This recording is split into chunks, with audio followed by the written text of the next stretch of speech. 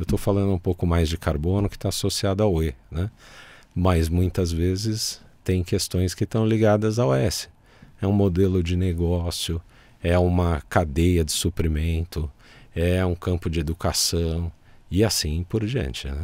O Remessa Talks está de volta e hoje o nosso papo é sobre ESG, um segmento do mercado que fala sobre aí as iniciativas ambientais, sociais e de governança corporativa, um mercado que deve chegar a 53 trilhões de dólares até 2025. O Brasil já tem mais de 700 startups focadas em soluções ESG e já ganhou também um grupo de investidores anjo que estão focados também nesse segmento.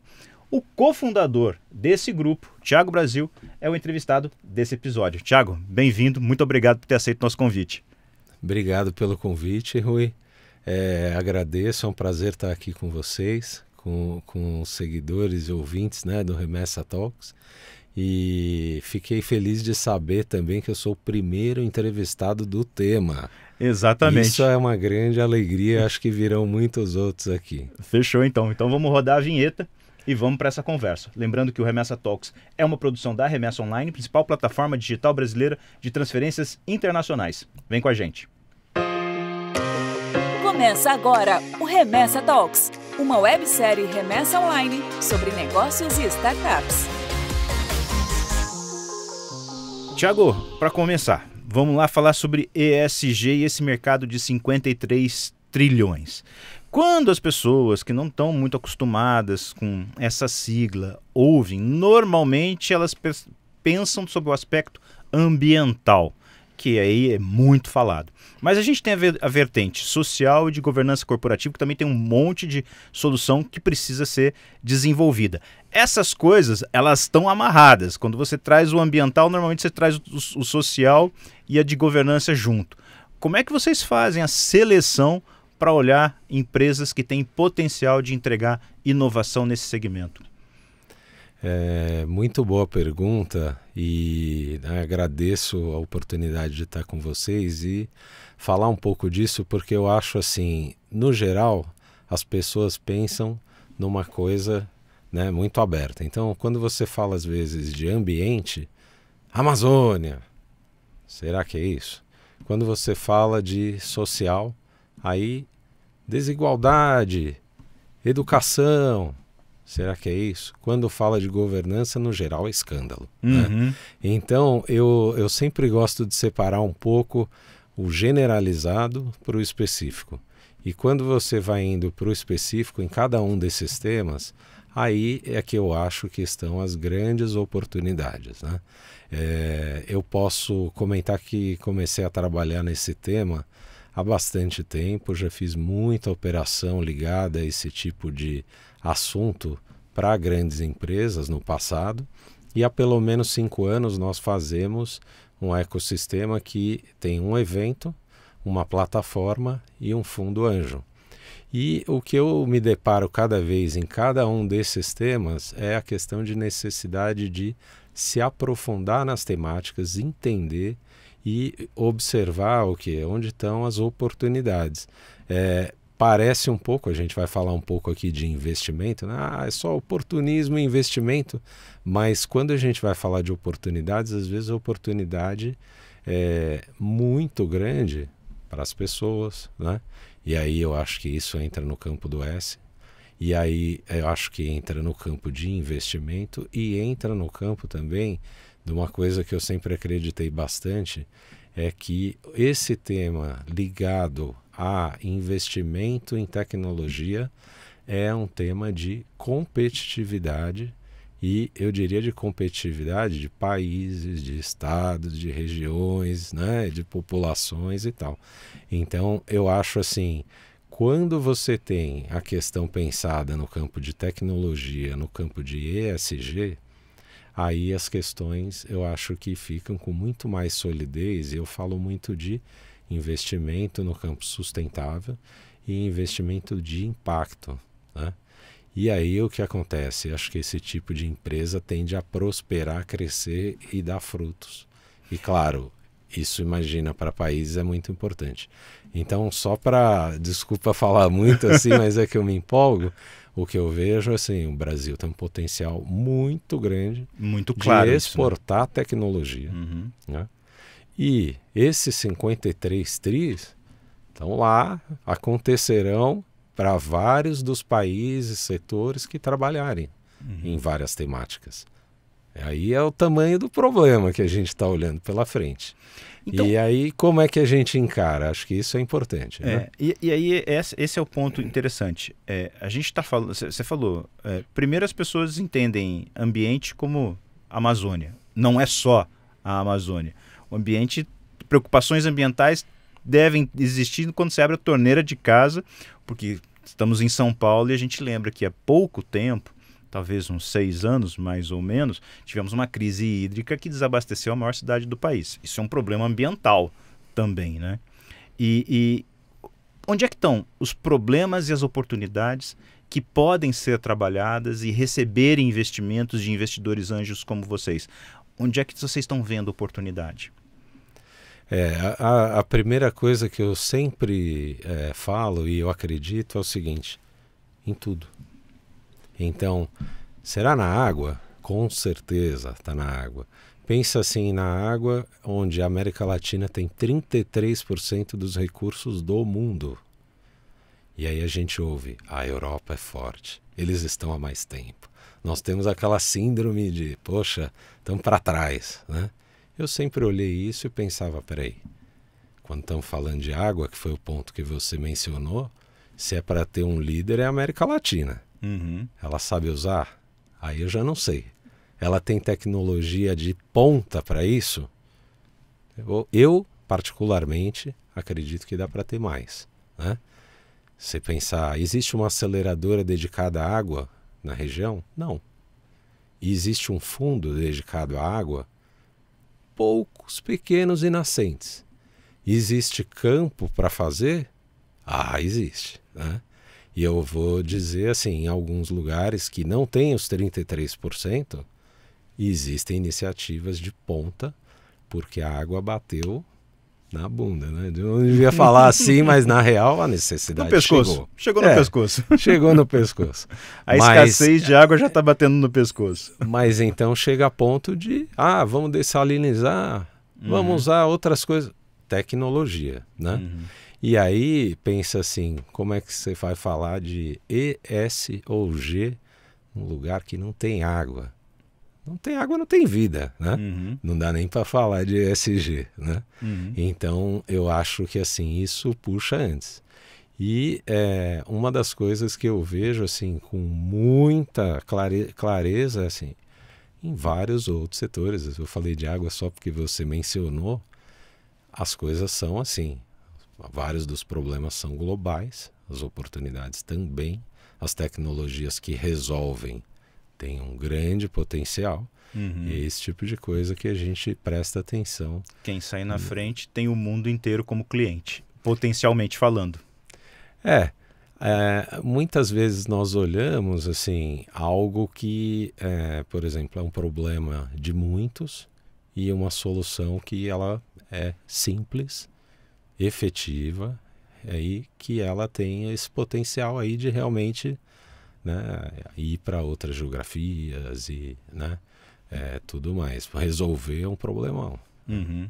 Portanto, aí já está todo o potencial de escalabilidade de uma startup que tiver sucesso no desenvolvimento de uma tecnologia que possa resolver alguns dos problemas desse segmento, que, como está nascente, tem muitos ainda. A gente fala nascente porque é uma tecnologia que a gente está olhando para o ESG, deve ter pouco mais de 10 anos. A gente deve estar falando mais seriamente disso, acho que uns 15 anos mais ou menos. Então, na nossa história, deve ser algo muito novo. E aí tem muito espaço ainda para ser explorado. Onde é que vocês fizeram o primeiro aporte? Já tem uma empresa que recebeu o investimento de vocês. O que essa empresa faz e por que vocês acreditam que ela tem esse potencial de crescimento?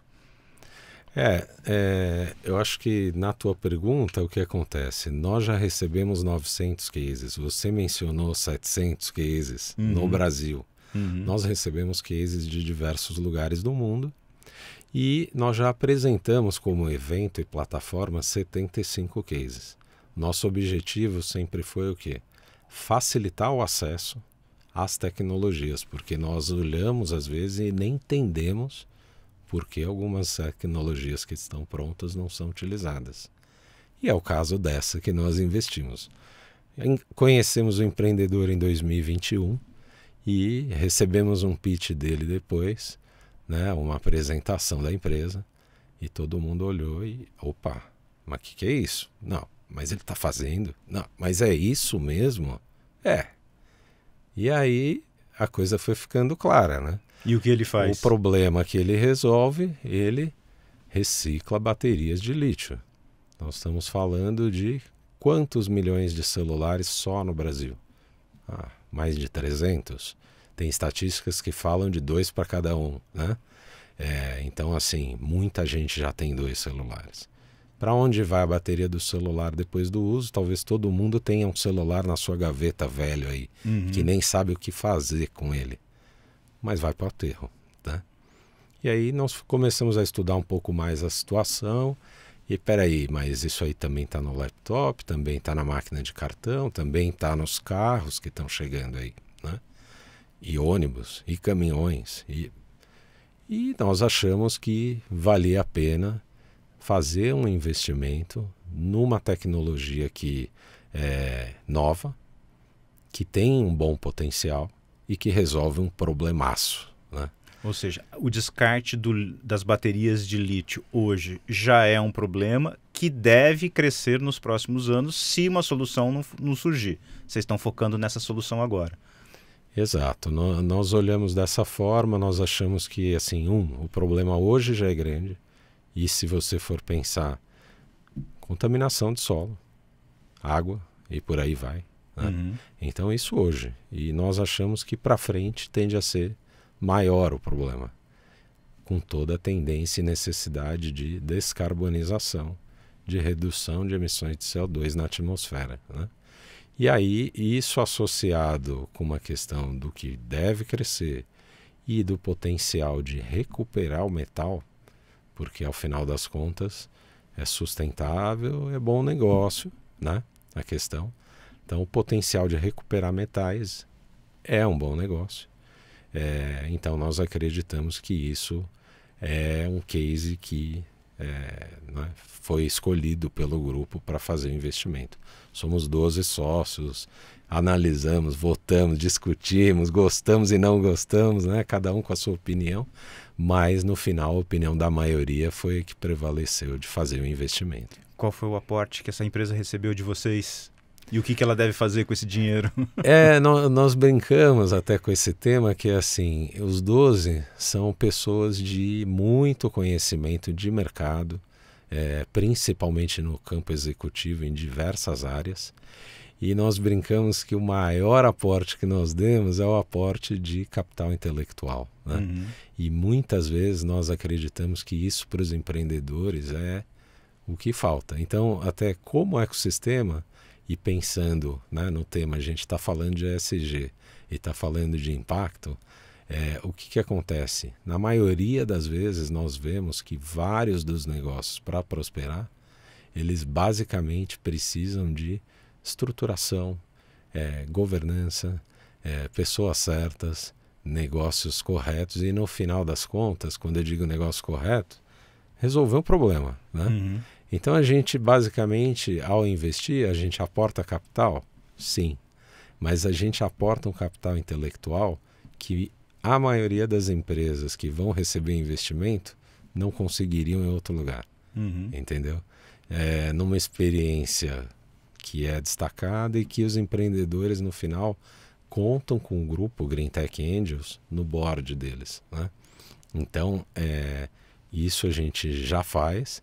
E a gente realizou um aporte equivalente a 7% do capital da empresa e a gente vê o potencial de realizar novos aportes. Então, a dinâmica toda é muito diferente. A gente olha, assim, muita gente olha no sentido, peraí, eu vou investir porque daqui a 6 meses eu vou sair. Nós não queremos sair, entendeu? Então a gente acha o seguinte, peraí, eu aportei 1 milhão que seja, porque ano que vem eu tiro 2. Mas quem disse que a gente quer sair? A gente estava olhando um problema, a gente está olhando o impacto, a gente está olhando resolver uma situação e a gente, na verdade, está olhando uma coisa onde, peraí, gostaria de ficar mais, né? Uhum. Então, resolvendo mais problema, o que tende a acontecer, essa empresa tende a valer mais. Então, a gente olha muito mais no campo do impacto real do que no campo de valor que cresceu. Ah, o valor cresceu. Legal. Resolveu algum problema? Não resolveu? Isso pra gente não importa tanto, entendeu? Essa empresa, então, é uma empresa que recicla baterias de lítio, celular e computador, e na hora que começar a ter carro elétrico precisando de reciclagem de bateria, vai ter mais uma fonte de matéria-prima para ser trabalhada por ela. As outras 3 que estão no radar de vocês, qual é o segmento que elas atuam? Também há algum tipo de reciclagem, alguma tecnologia nova? O que elas estão fazendo? Só né, para complementar essa que nós investimos, chama-se Energy Source, é a primeira empresa da América Latina a reciclar baterias de lítio, e ela já recicla baterias de veículos elétricos, é a primeira a fazer isso. Então, por exemplo, Audi, BMW, Renault, Toyota já trabalham com ele, entendeu? Então ela já recicla bateria de veículos elétricos, etc. As outras empresas, nós olhamos no geral o quê? O potencial que elas têm de entregar resultado efetivo dentro de alguns critérios. Primeiro critério, despolui ou reduz gases de efeito estufa. É muito claro, a gente fala de emergência climática. É emergência ou não? Se tem coisas que terão grande valor, né? Precisam ser feitas. Uma e vou comentar outras. Mas o que acontece? Novos casos estamos olhando. Vão em campos que vão desde alterar várias situações, não só, né, bateria que está ligada à mobilidade, é grande poluidor, mas tem outras áreas, a gente falou de água antes, construção, cidades sustentáveis, energias renováveis, são vários campos grandes, até a própria questão de créditos de carbono em si, que nós olhamos como setores que têm grande necessidade de tecnologia. E aí, claro, aí a gente tem que entender que tecnologia é aquela que resolve aquela situação específica e que tem potencial ou não tem, e escolhendo como fazer uma boa seleção de quem resolve a questão, né? Então, no final, nós olhamos nesse espectro. E aí, é claro, a gente também tem que olhar o impacto que essas tecnologias causam. Então, peraí, eu reduzo emissões em 50%, é bom. Claro, vamos olhar isso aí, né? Principalmente se for num campo que polui demais, isso aí tende a crescer porque vai ser utilizado, é necessário. A gente fala de emergência climática, né? E a prática? Opa, quem reduz 50 é bom. Mas e quem zera? Opa, esse pode ser melhor ainda. Então, no e final para nós não importa se é tese ou se já está rodando. Quem reduz 0 emissão? Vamos olhar essa coisa aí. Por quê? Porque carbono tem valor, né? E se o valor é 0, peraí, não quer dizer que será sempre 0, né? Então, a gente olha algumas coisas que são externas, né? Do que é o impacto que a empresa gera. Eu estou falando um pouco mais de carbono que está associado ao E, né? Mas muitas vezes tem questões que estão ligadas ao S. É um modelo de negócio, é uma cadeia de suprimento, é um campo de educação e assim por diante, né? Quando você recebe essa tese, você disse que são 12 investidores e com experiência de mercado.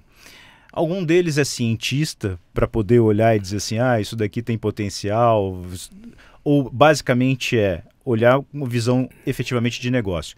O problema é esse, nós entendemos que esse é um dos problemas, você já estabeleceu.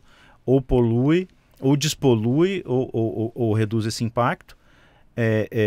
e vocês olham para o negócio que ele está propondo fazer, ou precisa ter essa visão mais técnica de ir no detalhe? É muito boa pergunta, Rui. Isso aí, assim, quando nós montamos o grupo nasceu com 12 pessoas. E agora o grupo cresceu para 19 pessoas e está crescendo mais, né? Eu acho que tem muita gente que tem olhado e pensado assim, peraí, eu vou investir, o que eu quero? É uma taxa de juros? Né?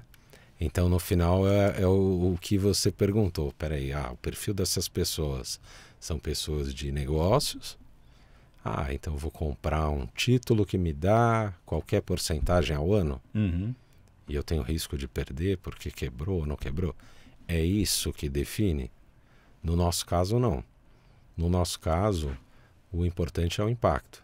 Então, se eu não entender o que o empreendedor faz e não tiver uma consciência ali do que está acontecendo e do potencial no campo técnico, provavelmente eu não vou fazer o investimento.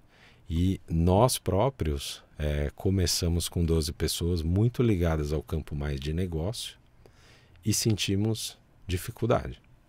E fomos procurar pessoas que entendessem a fundo de alguns temas. Então, por exemplo, esse que nós fizemos, nós temos pessoas no grupo que são engenheiros, químico, mecânico e etc. e tal, e trabalharam em setores diversos ligados a esse tema. E que puderam dizer, opa, isso é bom. Mas, em vários outros cases, quando nós avaliamos, nós temos votações, e aí tem uma votação mais ligada a uma questão de, vamos investir tempo em avaliar isso a fundo? E aí vai alguém a fundo que realmente conhece. E nós, como regra, não seguimos em um case onde não tem ninguém do grupo que ele conheça. Porque nós entendemos o seguinte, isso é um problema, porque a nossa tese de investimento ela inclui o seguinte, estar no board das investidas pós-investimento. Então, não é uma questão de faz um cheque, né? O pessoal fala no mercado isso, e sai. E aí, daqui a X tempo eu vou cobrar um resultado. É uma questão assim, procurar fazer um investimento associado à necessidade de crescimento para entregar um impacto de algo que nós conhecemos e podemos opinar, porque a gente entende que isso pode gerar valor para o empreendedor entregar o resultado e o impacto, né? Então a gente gosta de ver o que está acontecendo e, claro, o empreendedor muitas vezes tem essa necessidade de debater também para chegar nos caminhos que ele busca, né? Você falando isso, é interessante a gente pensar justamente nesse aspecto da figura do investidor. Normalmente, o investidor tem um drive único, que é a taxa de retorno dele, né? E minimizar o risco. Ele vai analisar, vai ver se tem condição de minimizar risco, o risco é aceitável, qual é a taxa de retorno, vamos embora. Você está começando a colocar coisas nessa conversa que passam longe disso. Você está falando de tecnologia, de impacto ambiental, de impacto social, de coisas que algumas pessoas já entendem que tem muito valor, mas que a grande maioria do mundo não está disposto a mudar o seu mindset, vamos dizer assim, por elas. Você está falando de impacto ambiental e social. E esses valores são mais difíceis de você colocar numa planilhazinha do Excel. Vocês devem ter um trabalhão, né, na hora de trazer isso efetivamente para o pessoal que tem um olhar mais de financeiro. Como é que vocês acham essas pessoas? Como é que essas pessoas se conectam a esse grupo que vocês montaram para que possam olhar para o mundo além da última linhazinha do relatório financeiro? Como é que vocês estão conseguindo garimpar gente que tem essa visão ampla, integral do mundo? Eu acho assim, tem a dificuldade, é um campo que é bastante, muitas vezes as pessoas acham subjetivo, mas que também eu sempre vi o seguinte, nós com a nossa experiência de evento, plataforma e fundo anjo, o que nós víamos? O investidor muitas vezes não pergunta, o empreendedor não dá importância. Muitas vezes nem fala, porque o empreendedor muitas vezes pensa o seguinte: não, o que importa para ele é se é 10%, 12%, Selic. O que é importante para o investidor? O empreendedor pensa nisso. E aí, como essa conversa não acontece, a gente muitas vezes assim, olha e fala, peraí, o mais importante foi esquecido. E eu acho que isso é uma coisa que é uma grande pena. Então eu convido quem está ouvindo a gente a entrar na nossa plataforma que chama greentechbusiness.com, www.greentechbusiness.com, porque basicamente lá o que acontece? A primeira tela é: busque o impacto que você deseja. Qual é o impacto que você deseja? Espera aí, eu gosto de investir em água, eu gosto de investir em lixo tratado, eu gosto de reduzir emissão, eu gosto de agrofloresta, eu gosto de crédito de carbono, né? Nós olhamos desse jeito, né? E aí, a partir dali, alguém que está fazendo aquilo efetivamente vai captar um recurso, né? Sei lá qual é a taxa de juros e tal, né? São coisas diferentes, mas eu imagino que se o empreendedor começar a mostrar o que ele está entregando no E, no S, no G, né? De uma forma clara, direta, transparente e que ele garanta as entregas, vai ter muito investidor disposto a fazer investimentos e deixando um pouco, peraí, será que é melhor investir nesse A10 ou nesse A11? Peraí, A11 que eu estou destruindo sei lá o que, versus A10 que eu tenho um modelo de negócio top, que entrega, né, um monte de benefícios, seja no E, e estamos falando de carbono, seja no S com cadeia de suprimento, gente empregada, educação, crescimento e tal, trabalho digno, etc. E também no G, de um jeito que o investidor veja aquilo, eu vou dizer que 11 não vai ter, entendeu? Eu acho que tem muito investidor que tem clareza disso. Agora, eu acho que isso não é tão comum no mercado e não no Brasil. E se você for assim em alguns lugares e tal para fora, você vai ver que já existem regulações, né, que uma, por exemplo, chama TCFD, Task Force for Climate Financial Disclosure, e que é toda uma questão de o quê? Reportar o impacto climático dos seus investimentos. Então, Rui gere um fundo de 1 bilhão. Ele vai dizer se ele ganhou 10% naquele ano. E aquilo está na meta dele. E o bônus dele vai ser gordo se ele fizer lá o 10, que poderia ser a meta dele. Mas ele também já tem a obrigação de dizer qual foi a pegada do que ele fez. Seja em carbono, seja no S, seja como a coisa é gerida. E aí, se ele não bater a meta desse lado do impacto, o bolso dele sente. O que acontece é que esse tipo de regulação está entrando no Brasil esse ano. Você está falando de não só quantificar metas, como qualificar metas. É disso que se trata. Ou seja, eu tenho um fundo de investimento e tenho possibilidade de ganhar dinheiro financiando guerra, né? Isso entra na conta ou não? Porque se o investidor não estiver olhando onde é que você está alocando o dinheiro, você pode estar financiando uma guerra, né? E aí a gente tem certeza que se existe alguma coisa que não é sustentável no mundo, é guerra, né? Então, acho que esse acho que é um papel de trazer um pouco de qualidade para essas metas financeiras. O que eu faço com o dinheiro, não o lucro a todo custo. E você também falou um negócio que me fez me lembrar de uma outra coisa interessante. Você disse que o investidor não pergunta para o empreendedor qual é o impacto dele em outras frentes. Normalmente o investidor pergunta qual é o teu negócio, quanto é que você pretende crescer e como é que você vai fazer isso acontecer. Uma vez eu tive com um grupo de fundadores de startup, bastante tempo atrás. E aí eles me contaram o modelo de negócio para eles. Eu falei assim, nossa, vocês têm um negócio sustentável. Comentário, não estava nem no radar da discussão isso. Eu simplesmente comentei, pô, o modelo de negócio de vocês é sustentável, tem sustentabilidade nisso, né? Ele virou para a gente e falou assim, não, a gente não abraça a árvore. Então, a gente precisa também educar o empreendedor para entender o que é sustentabilidade, né? E que eu acho que isso ainda não está claro. Vocês sentem esse problema? Se vocês apontarem para o cara e falarem, cara, vocês são sustentáveis, ele consegue entender o que você está falando?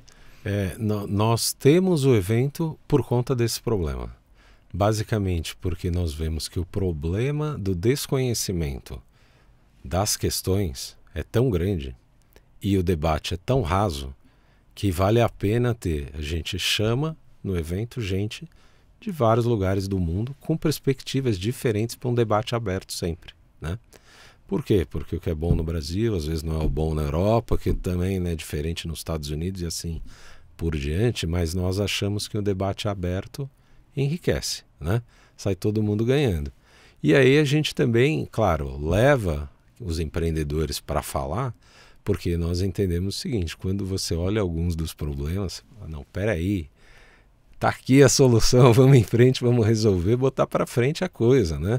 Porque o grande problema é o desconhecimento mesmo, né? E aí quando você entra para decisões que são muito afuniladas, né? Eu vou investir a 10 ou a 11. Aí o investidor vai lá e olha e fala assim, não, eu quero esse aqui que não tem imposto. É um título isento. Pronto. Uhum. Aí ele decidiu. Maravilha, ficou feliz, né? E o que vai ser feito com aquele capital investido, né? Não tem imposto, só isso. É isso? Uhum. Vendeu, né? Isso não faz nenhum sentido, né? Talvez para a pessoa que tomou aquela decisão naquele momento, vou ganhar mais, né? Nada mais foi contemplado, né? Então a gente acha o seguinte, o processo completamente complicado, né, de decisão, e o investidor deveria ter mais acesso a saber, peraí, o que vai ser feito? Estou comprando o quê? Né? É o que você comentou. Vai para a guerra? Será que eu quero? Uhum. Né? Será que vale ou não vale? Né? Coisas que não entram no processo de decisão. Então, quando se fala de investimento de impacto, ou, né, do tema aí de sustentabilidade e tal, peraí, eu já ouvi gente falar assim, sustentabilidade ONG. Não, peraí, tecnologia sustentável dá lucro. Não pode? Pode, né? Uhum. Aliás, pode dar muito mais e com muito mais solidez, né? Porque está resolvendo problema efetivo. Né? Tem um livro de um economista indiano, que eu vou tentar falar o nome dele, mas muito provavelmente eu vou errar a pronúncia, acho que é Prahalá. Você já deve ter ouvido falar dele. Eu conheço ele de nome, não sei se fala assim, né? Que escreveu o livro A Riqueza na Base da Pirâmide. Talvez você já até tenha lido. E ele traz um conjunto de cases nesse livro de empresas que olharam para a base da pirâmide social, para aquela população de mais baixa renda, e olharam como criar produtos para solucionar os problemas dessa parcela da população, que é muito grande. São bilhões e bilhões e bilhões de pessoas no mundo. E aí eles começaram a solucionar problemas que iam de próteses para amputados de baixo valor, né, acessíveis, né, para essa população, que elas não eram atendidas, as próteses eram feitas, sei lá, de fibra de carbono, e poxa, um pobre não vai poder comprar uma prótese para a perna dele que foi amputada na explosão de uma mina terrestre, né, sendo ela feita de fibra de carbono. Então eles começaram a focar nesse tipo de coisa. E tinha questões como levar sabonete para regiões do mundo onde o lavar as mãos não era hábito. E são grandes corporações, são grandes multinacionais já estabelecidas no mundo que começaram a olhar para isso, criaram uma nova linha de produtos, passaram a vender muito mais, e resolveram problemas, muitas vezes, de saúde pública. Né? Então, esse livro, A Riqueza na Base da Pirâmide, reúne esses cases todos. Você acha que, em períodos de crise, a gente vai continuar olhando para essas questões sociais, o S do ESG, com o mesmo olhar dessas empresas que viram o potencial de extrair riqueza dali? Você acha que a gente está nesse momento de conseguir levar o capital para dentro desse universo para aproveitar as oportunidades que as crises ambientais e sociais geram para a gente? Eu acho que assim, questão de crise é permanente, né? Cada ano a gente... Peraí, desse ano é da Ásia, do ano que vem é do México, que é do Brasil, e sempre tem alguma coisa. Agora, quando você olha, por exemplo, startups, né, que participaram do evento, uma delas ligadas a tratamento de água para comunidades rurais. Imagina o impacto de uma empresa dessa, que você faz um investimento de $1 e economiza 10.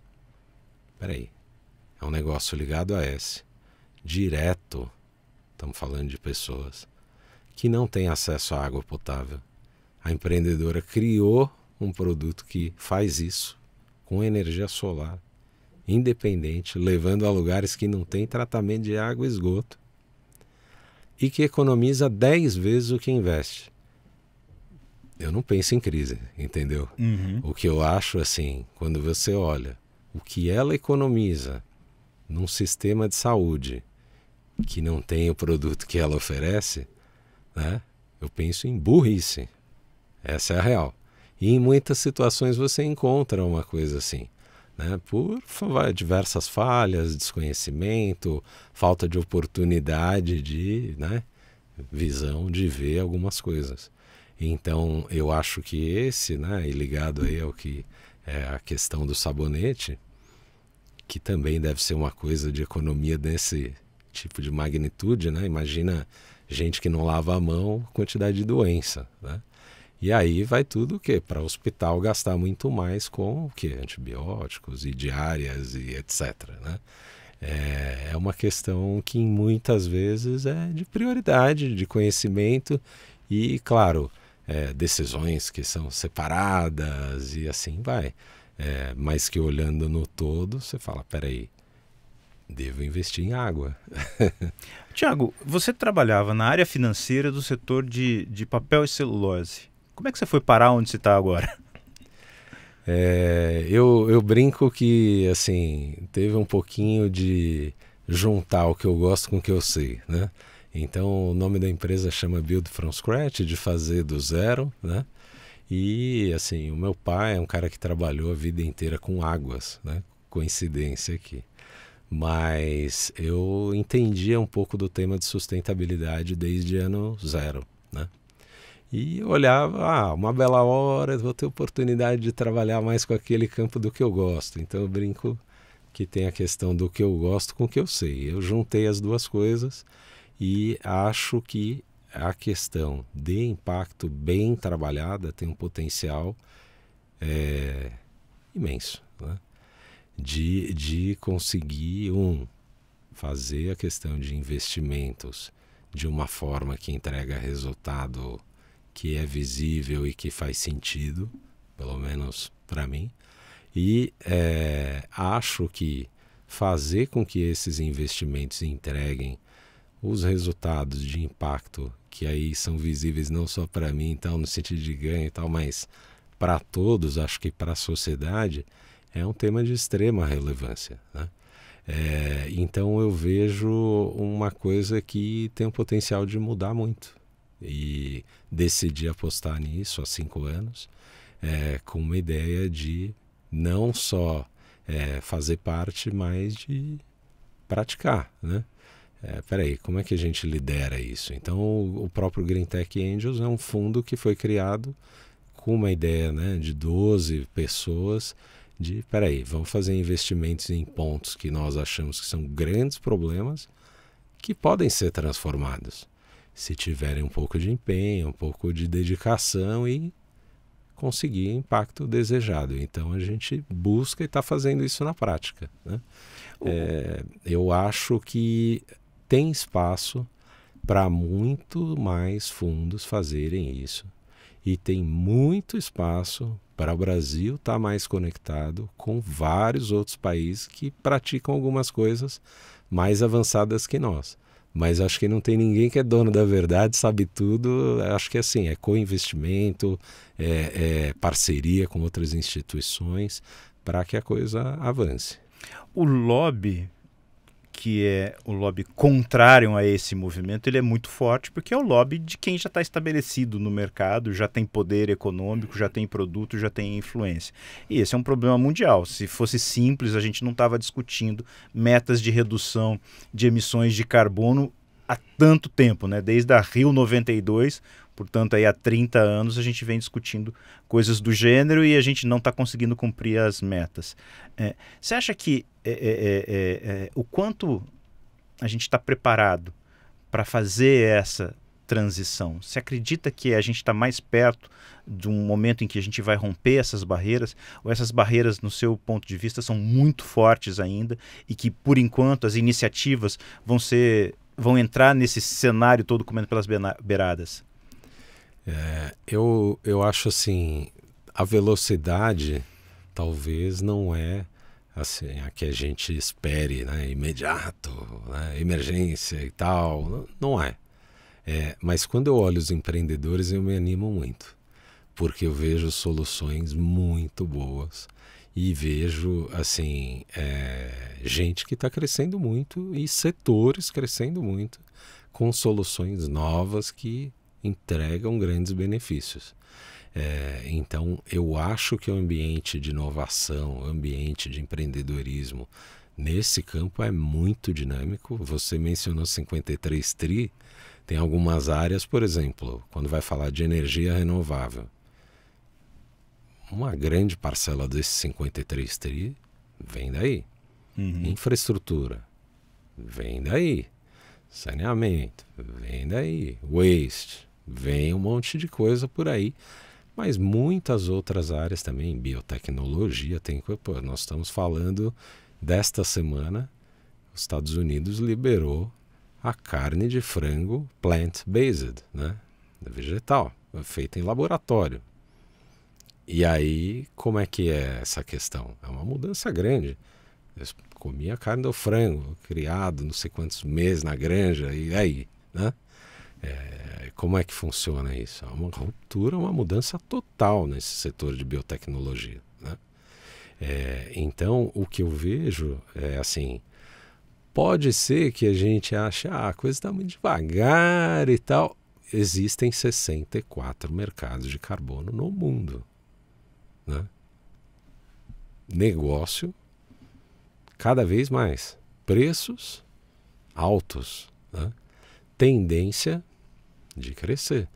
Pega, por exemplo, um setor, energias renováveis, né? Que nós falamos que grande parte lá dos 53 TRI.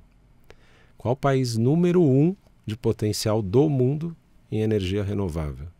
Você conhece? Por acaso é o Brasil? Por acaso é aqui, né? Estamos sentados nele. A gente tem energia hidrelétrica, energia eólica, energia solar e biomassa, principalmente o álcool. Quer dizer, nenhum país do mundo tem essa composição na escala que o Brasil tem.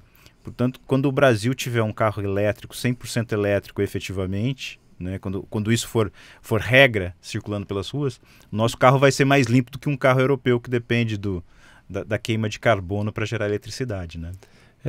O Brasil, assim, eu sempre olhei para ser líder global. Se falar no tema da energia, só do solar, 30% a 40% mais sol na média do que países do norte da Europa. Será que isso é um diferencial? Será que isso é potencial? Só falando do solar. Aí caminha para a eólica, caminha, você vai ver que assim, o potencial é muito grande de atrair investimento, de fazer, de crescer. E eu acredito que esse tipo de tema, falando só da energia, Imagina para a competitividade do país. E a gente está falando do que vem pela frente já em tecnologias verdes. E se a gente pensar na produção de hidrogênio verde, que é um dos temas atuais, como é que você vai produzir hidrogênio verde queimando petróleo para fazer isso? O Brasil pode fazer isso com energia das águas e do sol, né? Usar essa capacidade de geração de energia para gerar o hidrogênio, um hidrogênio efetivamente limpo, né? Tão limpo quanto ele é no processo de utilização dele, ou na queima ou no processo de eletrólise, né? Para gerar energia elétrica. O Brasil tem um grande potencial de protagonismo na área, de ser exportador de tecnologia, de produtos carbon free e biocombustível, e biotecnologia, e energia, e hidrogênio, etc. E precisa fazer com que esse potencial se materialize, precisa ter investimento de qualidade, que traga renda, trabalho, emprego, que a gente tenha mão de obra formada, que a gente faça o S mover junto, que gere benefício para a sociedade aqui. Tem tudo para isso, né? Então eu vejo assim, a gente tem tudo por fazer. Vamos alcançar tudo que podemos? É o que eu desejaria, né? E acho que a gente investindo em educação, investindo em gente preparada para essas questões que muitas vezes nós olhamos, estamos atrasados. Não acho que estamos atrasados. Em muita coisa estamos na frente. Precisamos assumir um pouco, a liderança do chapéu aí. E, inclusive, assim, existem estudos de mercado de carbono em si, dizendo que o Brasil é a Arábia Saudita do mercado de carbono. Seremos a Arábia Saudita sem ter um mercado ainda rodando? Uhum. Precisa rodar, precisa integrar, precisa crescer, precisa exportar, entendeu? Então, eu acredito muito nisso. A gente está chegando no final do programa. Eu queria a sua opinião sobre essa política de reindustrialização brasileira. Discurso bastante atual, vindo desde a campanha eleitoral que elegeu o presidente Lula. Ele diz: precisamos reindustrializar o Brasil. Você está trazendo um monte de potenciais negócios verdes que estão alinhados com uma tendência internacional. Você tem visto que o Brasil está efetivamente olhando para essa oportunidade de ter a geração de produtos e soluções alinhadas com esse momento de baixo carbono, para essa economia de baixo carbono? Você acha que está alinhado com essa política de reindustrialização do Brasil? Você acredita que vai acontecer ou a gente vai ficar dando desconto em carro por muito tempo? Eu não gosto muito de falar de política e nem penso muito em política para esse tipo de tema e para negócio. É um pouco o que eu estava falando na resposta anterior sobre o potencial. Eu acho que pode vir quem for, que o potencial está aí, né? E aí, assim, eu acho que tem que ter planejamento estratégico, acho que tem que ter investimento nos lugares certos, onde esse potencial se materialize, gere benefício para a sociedade, gere emprego, gere valor, né? Nós, como um pequeno, minúsculo fundo que está fazendo investimentos em áreas que são grandes problemas e tecnologias que acreditamos que podem escalar globalmente, sair daqui do Brasil e resolver problema em outros países. Estamos praticando isso, né? Aí eu não posso falar por outras pessoas ou por outras ações que eu acho que é mais complicado, mas que a oportunidade está aí, ela está. É só abraçar. Para encerrar, então, os projetos para o Green Tech Angels nos próximos 2 anos. Onde é que vocês estão querendo chegar no curto prazo aí? Esse ano nós temos a ideia, de fazer 3 novos investimentos, então alcançar 4 investimentos. E o nosso grupo iniciou com 12 membros, agora nós já aumentamos para 19 membros e nós estamos com uma perspectiva muito boa de crescer. Eu acho que vários dos temas que nós falamos aqui, eles ainda são olhados por cima, né? E aí eu acho que nesse campo, quem pretende, né, fazer, está focado na área, etc., pode ter um bom crescimento, um bom destaque. A gente não pensa assim, fazer as coisas com pressa de qualquer jeito. Não, não é nosso estilo. Fazer as coisas que nós acreditamos da forma certa, ajudando a fazer de uma forma que aconteça, né, bem e que a gente esteja confortável, conheça, ajude a ter impacto real. Eu acho que isso que é o mais importante. E acho que, assim, eu trabalhei muito, até estava te contando, né, setor papel e celulose, talvez eu pense muito na questão da árvore, né? Você vai lá, plantou a muda. Aí bota um pouquinho de água, aí ela cresce, daí ela está um pouco maior, aí você tira, cuida lá para não ter formiga. 7 anos você colhe. A gente não pensa numa coisa de ultra curto prazo, nós pensamos num espectro um pouco maior. Eu acho que pensando em 2, 5, 10 anos, a nossa ideia é poder estar de um tamanho maior, impactando mais pessoas, ajudando mais negócios, exportando tecnologia. Um empreendedor uma vez comentou comigo, olha, você fez nós vermos, né, que, poxa, não é só levantar um round. A nossa importância como empresa é maior. Nós queremos multiplicar isso para outras empresas. Bom, Thiago, muito obrigado. Muito obrigado por ter vindo de Florianópolis para cá, para dar essa entrevista, de fazer esse deslocamento para poder estar aqui falando um pouquinho sobre ESG e essa visão de vocês. E desejo muito sucesso, porque o sucesso de vocês certamente vai ser sucesso do Brasil. Muito obrigado. A gente busca, na verdade, apoiar empreendedores. Então, acho que o nosso sucesso vai ser o sucesso dos empreendedores que nós apoiarmos. Legal.